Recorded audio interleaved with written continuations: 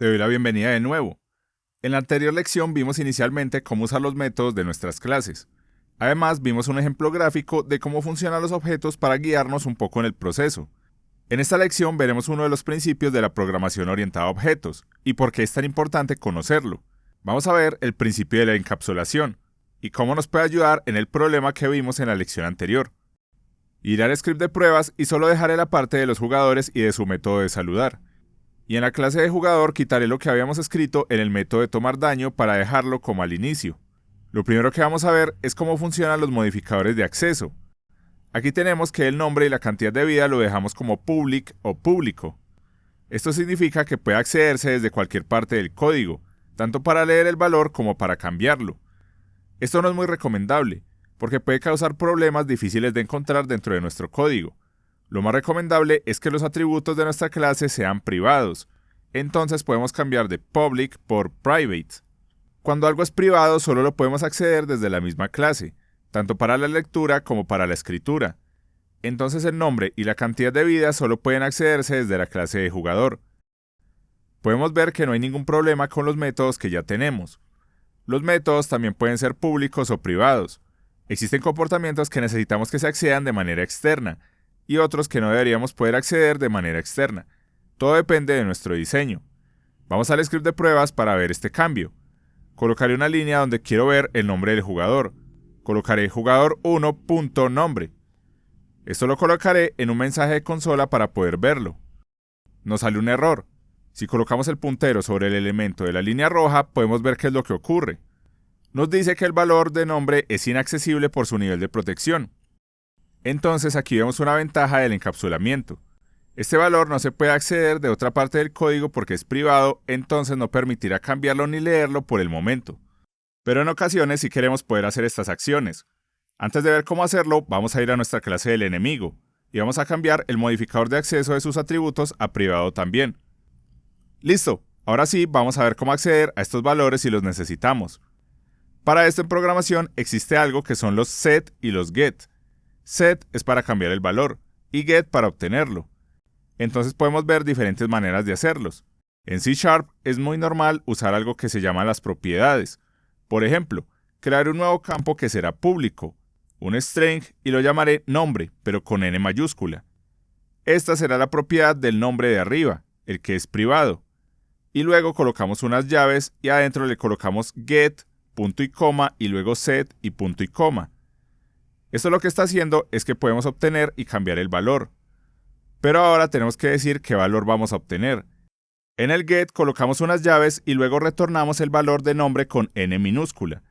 Y para el set colocamos las llaves y luego hacemos que el nombre sea igual a value. Son muchos elementos nuevos, vamos a ver por partes. Nombre con N mayúscula es una manera de acceder a nombre con N minúscula que es privado. Entonces le estamos diciendo que cuando escriba nombre con N mayúscula va a obtener el valor de arriba, y lo mismo en caso de querer cambiarlo. Cambiará el valor del nombre de arriba. A esta funcionalidad se le puede agregar muchas más líneas de código, para tener más control sobre cuándo y cómo pasa. Es útil para que el nombre con N minúscula no aparezca en ninguna parte del código, pero puede ser accedida de otra manera. Si vamos a nuestro script de prueba, podemos usar la propiedad de nombre con N mayúscula. Y si lo queremos cambiar, podemos hacerlo como lo teníamos antes. Vamos a probar estas líneas para ver qué ocurre. Vamos a Unity y demos play. En la consola podemos ver que pudimos cambiar el valor del nombre de jugador 1 por jugador 2, y luego lo colocamos como un mensaje de consola. Esta es una manera más habitual que puedes encontrar estas propiedades para cambiar valores en C#, o accederlos sin tocar directamente el atributo privado, y agregando más funcionalidades. Vamos a ver otra forma de usar esto. Podemos cambiar el valor de privado por público. Esto permite que podamos ver el valor en cualquier parte del código, pero podemos agregar las llaves con set y con get.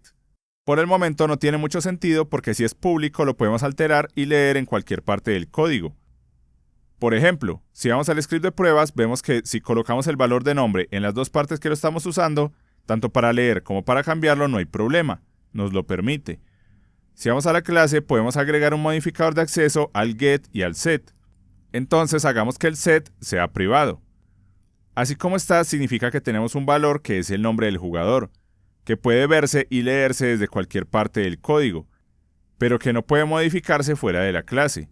Si vamos a nuestro script de pruebas, podemos ver que esto es lo que está pasando. En la parte de cambiar su valor, nos sale un error por el modificador de acceso, pero en la parte de leer el valor no nos sale error. Entonces, de esta manera podemos ver el valor del nombre, pero no modificarlo fuera de la clase. Y te voy a mostrar otra manera de hacer los get y set. Particularmente, esta es la que uso más por los lenguajes de programación que he usado y por la facilidad de leerlo y entenderlo. Vamos a quitar la parte de get y set y vamos a volver el valor como privado nuevamente. Para crear el set y get podemos hacerlo como métodos. Podemos crear un método público que se llame setNombre. A este le entra como parámetro un nombre por el que lo vamos a cambiar. Y adentro cambiamos el nombre de arriba por el que entra por parámetro. Y lo mismo podemos hacer con el get. Creamos un método public que se llame getNombre, sin parámetros, pero que su valor de retorno sea el mismo del valor que queremos obtener. En este caso, nombre es un string.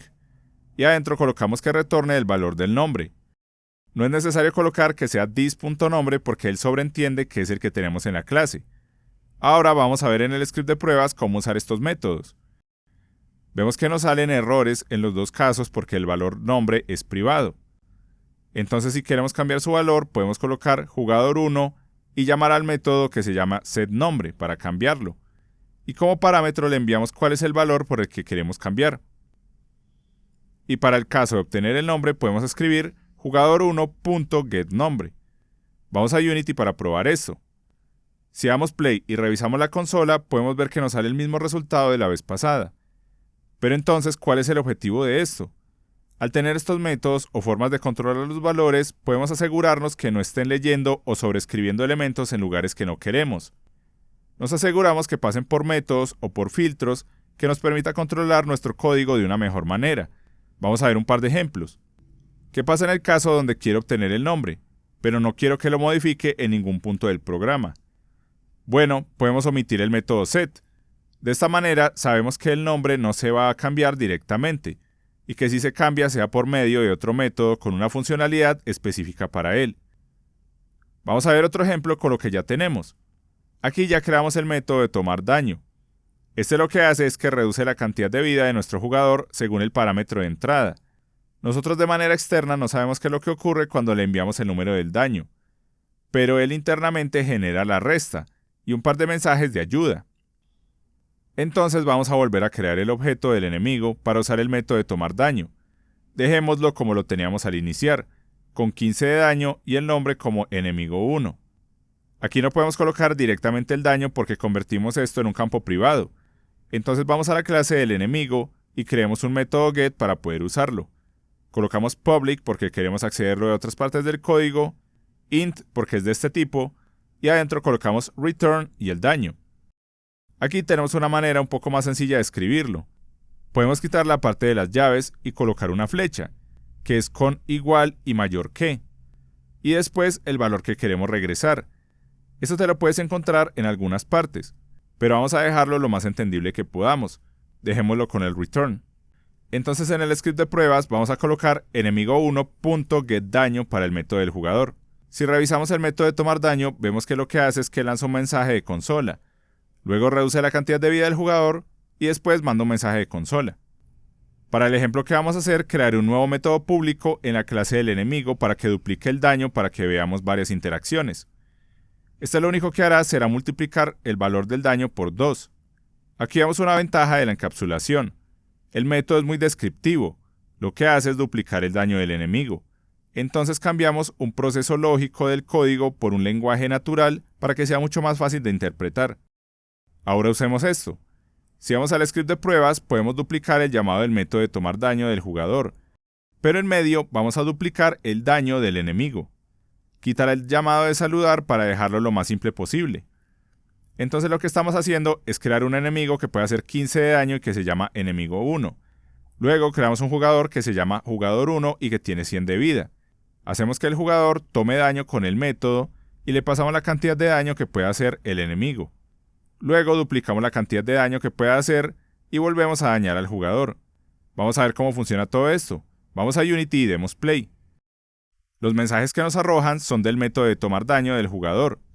Vemos que nos dice que la vida antes de tomar el primer daño es de 100 y luego es de 85. Entonces vemos que recibió 15 de daño. Y el segundo llamado es cuando el enemigo duplicó su daño.